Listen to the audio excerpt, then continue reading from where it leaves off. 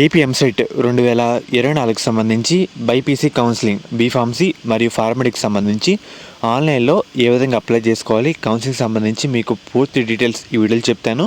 Step by step process అయితే చెప్పడం జరుగుతుంది. వీడియో లైక్ చేయండి. కొత్తగా ఎవరైతే మన ఛానల్ చూస్తున్నారో సబ్స్క్రైబ్ అయితే చేసుకోండి. పక్కన బెల్ ఐకాన్ కూడా ఆల్ ఆప్షన్లు పెట్టుకోండి. మెయిన్గా వీడియోలోకి వెళ్ళే ముందు శాస్త్ర కాలేజ్ అన్నమాట. ఇది మనకి నెల్లూరులో అవుతుంది. ఈ కాలేజ్లో BS nursing, B Pharmacy, PharmD, physiotherapy, diploma in pharmacy ఈ కోర్సులు అయితే అందుబాటులో అయితే ఉన్నాయన్నమాట. సీట్స్ కూడా మనకి అవైలబుల్ అయితే ఉన్నాయి. మనకి అడ్మిషన్ కౌన్సిలింగ్ ప్రాసెస్లో కూడా ఈ కాలేజ్ అయితే ఒకసారి వెరిఫై చేసి పెట్టడానికి అయితే ట్రై చేయండి అన్నమాట. ప్లేస్మెంట్స్ కూడా మనకైతే మంచిగా అయితే ఉన్నాయి. అండ్ అలాగే దీంతో పాటు మనకి మేనేజ్మెంట్ సీట్స్ కూడా ఈ కాలేజ్లో అవైలబుల్గా అయితే ఉన్నాయి. అది కూడా లిమిటెడ్ సీట్స్ మాత్రమే అయితే ఉన్నాయన్నమాట. మీకు ఎటువంటి డౌట్ ఉన్నా సరే ఒకసారి ఈ నెంబర్స్కి అయితే కాల్ చేసి వెరిఫై అయితే చేసుకోండి. మెయిన్గా మీరు ఒకసారి స్క్రీన్ మీద చూస్తున్నారు కదా, ఒకసారి మీకు ఇంపార్టెంట్ డేట్స్ అయితే చెప్తాను. మనకి ఈ రోజు నుంచి డిసెంబర్ 5వ తారీఖు వరకు టైం అయితే ఇచ్చారన్నమాట ఆన్లైన్లో అప్లై చేసేందుకు. తర్వాత మనకి సర్టిఫికేట్ వెరిఫికేషన్ అయితే ఉంటుంది. తర్వాత వెబ్ ఆప్షన్లు, తర్వాత చేంజ్ ఆఫ్ ఆప్షన్స్, తర్వాత సీట్ అలాట్మెంట్, మనకి ఈ విధంగా డేట్స్ అయితే వాళ్ళు ప్రొవైడ్ అయితే చేయడం జరిగింది. మనకి మెయిన్గా ఎంపీసీ బీటెక్ వాళ్ళకి అండ్ అలాగే బైపీసీ బీఫార్మసీ వాళ్ళకి అప్లై చేసే విధానం సేమ్ అయితే ఉంటుంది అన్నమాట. లాస్ట్ ఇయర్ యూజర్ మాన్యువల్ ప్రకారంగా మీకైతే ఇప్పుడు చెప్తున్నాను, గుర్తుపెట్టుకోండి. ఫార్మ్స్ అనే కాలం కావాలన్నమాట. అది కూడా ఫస్ట్ ఇది. సో మీరు చూస్తారు కదా క్యాండిడేట్ రిజిస్ట్రేషన్, దాని మీద ప్రెస్ చేయాలన్నమాట మనం. ఎందుకంటే అప్లై చేసుకుంటాం కదా కౌన్సిలింగ్ కి. సో మీరు అప్లై చేసుకున్నప్పుడు 1-2 సార్లు అన్ని జాగ్రత్తగా అయితే పెట్టుకోండి. క్యాండిడేట్ రిజిస్ట్రేషన్ మీద ప్రెస్ చేశాక మనకైతే ఇన్ఫో అయితే ఇలా రావడం జరుగుతుంది. ఇక్కడ ఏంటంటే AP EAMCET hall ticket number మరియు date of birth, so 2 enter చేశాక ఇక్కడ సబ్మిట్ ఉంది కదా బ్లూ కలర్ లో, దాని మీద ప్రెస్ చేయండి. తర్వాత ఇన్ఫో అయితే ఇలా రావడం జరుగుతుంది. వచ్చాక మీరు ఏం చేస్తారంటే, ఇదివరకు మీరు ఏపీ ఎంసెట్ ఎగ్జామ్ కి అయితే అప్లై చేసి ఉంటారు కదా, సో మీరు సేవ్ అయిన డీటెయిల్స్ అన్ని ఇక్కడ మళ్ళీ రావడం జరుగుతుంది. ఆటోమేటిక్ గా వస్తాయన్నమాట. ఎందుకంటే మీరు ఇదివరకు అప్లై చేసి ఉంటారు కదా, అందుకు ఆటోమేటిక్ గా మీ డీటెయిల్స్ అని రావడం జరుగుతుంది. ఇన్ కేస్ ఏమైనా రాకపోతే కనుక ఒకసారి మళ్ళీ టైప్ చేయండి. ఫ్రెండ్స్ మీరు ఇక్కడ చూస్తారు కదా ఈడబ్ల్యూఎస్ ఉంది. సో మీకు ఉంటే ఎస్ పెట్టండి, లేదంటే లేదు. ఒకసారి మీకు ఫోటో కూడా చూపిస్తాను, దాన్ని బట్టి మీకు ఇంకా అవగాహన అయితే రావడం జరుగుతుంది. మీకు ఇన్ఫో అయితే ఇలా వస్తుందన్నమాట. మీరు ఎస్ అంటే ఎస్ పెట్టండి, లేదంటే నో అని పెట్టండి. అండ్ అలాగే పక్కన ఇన్కమ్ ఉంది కదా, సో మీకు వస్తే ఓకే పర్లేదు, లేదంటే మీరు ఆటోమేటిక్ గా టైప్ చేయాలన్నమాట. అండ్ అలాగే మీరు ఈమెయిల్ నెంబర్ కానీ ఈమెయిల్ కానీ ఫోన్ నెంబర్ కానీ మార్చుకోవాలంటే చేంజ్ చేసుకోవచ్చు. ఆప్షన్ కూడా ఉంది. ఒకసారి మీకు ఇన్ కేస్ ఏమీ రాకపోతే కనుక మళ్ళీ మీరు అయితే టైప్ చేసుకోవాలన్నమాట. తర్వాత ఏం చేస్తారంటే, ఫోటో కొంచెం బ్లర్ అయితే ఉంది, నేను క్లియర్ గా చెప్తాను. ఎందుకంటే వెబ్సైట్ లో ఇలాగే పెట్టారన్నమాట ఈ సంవత్సరం. ఇక్కడ స్పెషల్ కేటగిరీ మీకు ఫిజికల్ హ్యాండిక్యాప్ ఉంటే ఆ విధంగా పెట్టండి. తర్వాత ఎన్సీసీ అండ్ అలాగే స్పోర్ట్స్ అండ్ గేమ్స్, తర్వాత క్యాప్ అన్నమాట. మీకు ఎస్ ఉంటే ఎస్ పెట్టండి, లేదంటే నో అని పెట్టండి, సరిపోతుంది. ఇప్పుడు నెక్స్ట్ స్టెప్ అయితే వెళ్దాం.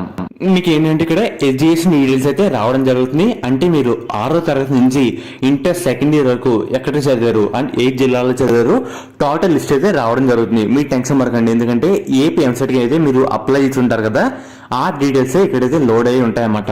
ఎందుకంటే మీరు ఇదివరకు అప్లై చేస్తుంటారు కదా. సేమ్ థర్డ్ స్టెప్ ఏంటంటే ఏపీ ఎంసెట్ 2022 మీకైతే టాప్ కాలం ఉంది కదా అది. So me EAMCET hall ticket number and అలాగే మీకు ఎంత ర్యాంక్ వచ్చింది, ఎన్ని మార్కులు వచ్చింది, ఆ డీటెయిల్స్ కూడా మీకు ఆటోమేటిక్ గా లోడ్ అయిపోయి ఉంటాయి. అండ్ తర్వాత ప్రాసెస్ అయితే వెళ్దాం. ఇప్పుడు వచ్చే స్టెప్ ఏంటంటే మనమే అప్లై చేసుకోవాలన్నమాట. అంటే మనమే టైప్ చేసుకోవాలి. సో ఇది కూడా ఇంటర్ గురించి అన్నమాట. సో మీ inter second year hall ticket number ఏంటి, అండ్ అలాగే మీరు ఏ బోర్డు, ఏపీ బోర్డా, తెలంగాణ బోర్డా, సిబిఎస్ఈ, సో మీరు ఈ టైప్ కింద పెట్టుకోవచ్చు.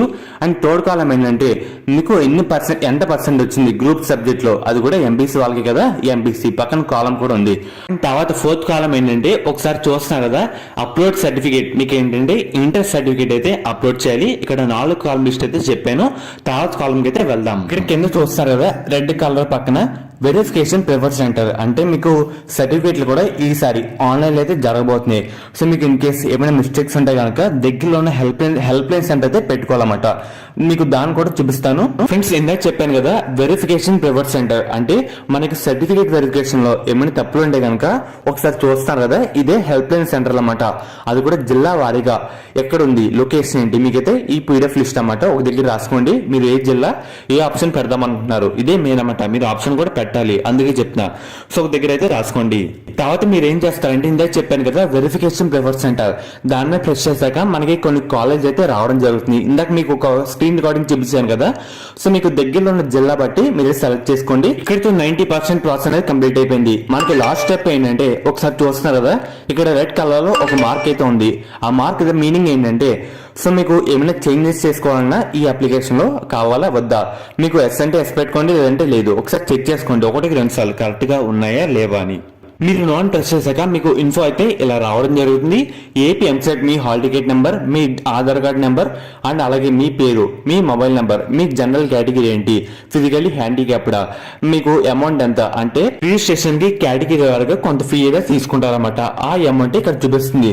సో మీరు డెబిట్ కార్డ్ అయినా క్రెడిట్ కార్డ్ అయినా ఎలాగైనా పే చేయొచ్చు. చాలా మంది డెబిట్ కార్డే ఉంటుంది కాబట్టి డెబిట్ కార్డ్ అయితే సెలెక్ట్ చేసుకోండి. సెలెక్ట్ చేశాక ఇక్కడ రైట్ లో పే అని ఉంది కదా, ఆప్షన్ ప్రెస్ చేయాలి. మీకైతే పేమెంట్ అయితే అవుతుంది. మీకు అయితే ఇలా రావడం జరుగుతుంది. మొత్తం మీ కార్డ్ డీటెయిల్స్ అయితే ఎంటర్ చేయండి. ఎంటర్ చేశాక మేకే పేమెంట్ అని బ్లూ కలర్ లో ఒక పాపప్ అయితే వస్తుంది. దాన్ని ప్రెస్ చేశాక మళ్ళీ మీకు ఇన్ఫో అయితే ఇలా వస్తుంది. మీకు సక్సెస్ అయితే కనుక పేమెంట్ ఐడి అండ్ అలాగే పేమెంట్ స్టేటస్ ఈ రెండు అయితే రావడం జరుగుతుంది. సేమ్ ఇలా వస్తుందన్నమాట. ఈ రెండు ఒక దగ్గర అయితే రాసుకోండి, ఇంపార్టెంట్, ఫర్దర్ యూజ్ అయినా అవుతాయి.